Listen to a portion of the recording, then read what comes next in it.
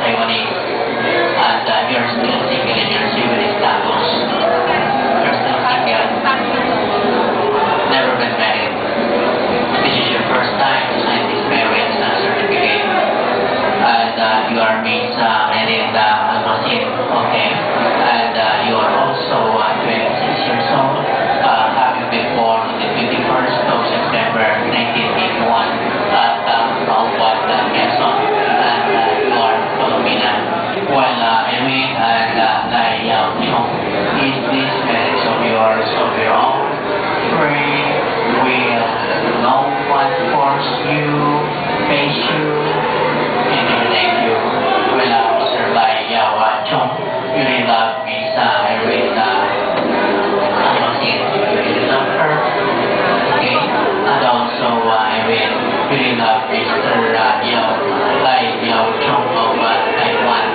Well, I would like to inform you, Mr. Lai Yao Chong, that here in the Philippines, we do not tolerate divorce. Okay? There is no divorce in the Philippines. And like in your grade and one, we really allow a divorce, but like in the Philippines, we do not allow that. In short, this marriage certificate which you want to sign, this is like a time contract to expiration. Okay? This is clear. Clear. Maliwanag siguro dito sa ating bansa wala naman tayong divorce dito. Hindi ka mukha sa kanila sa Taiwan o pero sa atin wala. Kahit ko lamang sabihin ito mga papeles o dokumento na pipirmahan ninyo panghabang buhay. Tinatawagan ko ng pansin ng mga testigo kayo po at mga tinong-tinang. Wala naman po ba kayong alam na dahilan ng pagpuwag matuloy ito? Wala po. There is no legal impediment to this marriage. Sila po ay talagang kwalipikado para magpakasal. Well, Irene and Lai Yao Chong, please.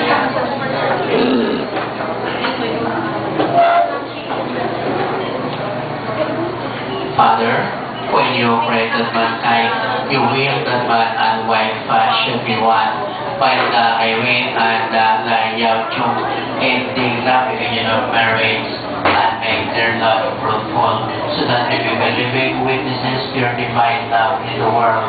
We ask you this to our Lord Jesus Christ, your Son, who lives and reigns with you in the Holy Spirit, one God forever and ever. Brothers and sisters in Christ, a ring on the ring finger of the right hand says something to people. It announces in clear terms that he is married or she already has a husband. But for the giver and the wearer, the wedding ring means much more. It is for different implications. It is a sign of their nuptial vows, a visible reminder of their promise of love, to be faithful of their marriage covenant. Dearly beloved Erin and Lai Yao Chong, you are here today to seal your love and eternal bond before the church. I assure you of the prayers of our community that God may place abundant blessings on your love and help you to carry out the duties of the marriage estate. The sponsors, the godfather and the godmother to this marriage, may I ask you to help them with your prayers and accept them as a new couple in our Christian community. Irene, may I ask you to answer truthfully the following questions. Irene, did you come here and farewell to bind yourself about the love service of your husband? And Lai Yao Chong, did you come here and farewell to bind yourself about the love service of your wife? Are you both ready to raise as good Christians the children whom God will give you? Erin and Lai Yao Chong, since you wish to contract holy matrimony, please join your right hand and express your intention before God and His church. Erin, do you take Lai Yao Chong, your present for your local husband, according to the right of Holy Mother Church? Do you give yourself to him as his wife? Do you accept him as your local husband?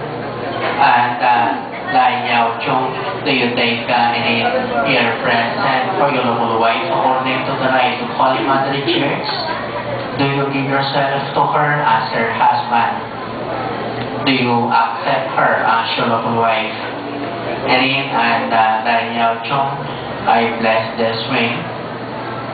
Lai Yao Chung, wear this ring to Irene and follow me.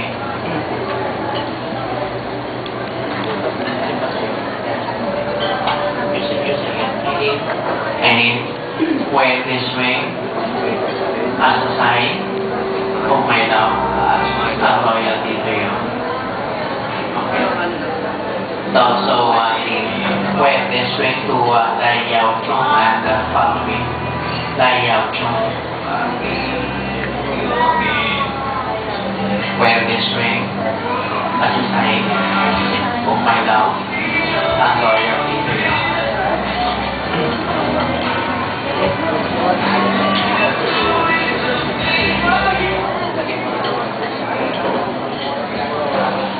Please join your right hand. Irene and Lai Yao Chung, now that you have received the Holy Sacrament of Matrimony, I admonish you to remain faithful to one another. Irene, love your husband and be a good housewife. Persevere and faith in love and holiness. And Lai Yao Chung, love your wife as Christ loves the church and be with her in the holy fear of the Lord. With all the powers vested on me under the Republic of the Philippines, I pronounce you officially as husband and wife. Congratulations, Mr. Lai Yao Chung. Mrs. Lai Yao Chung. Chin, chin, chin. Ay, no,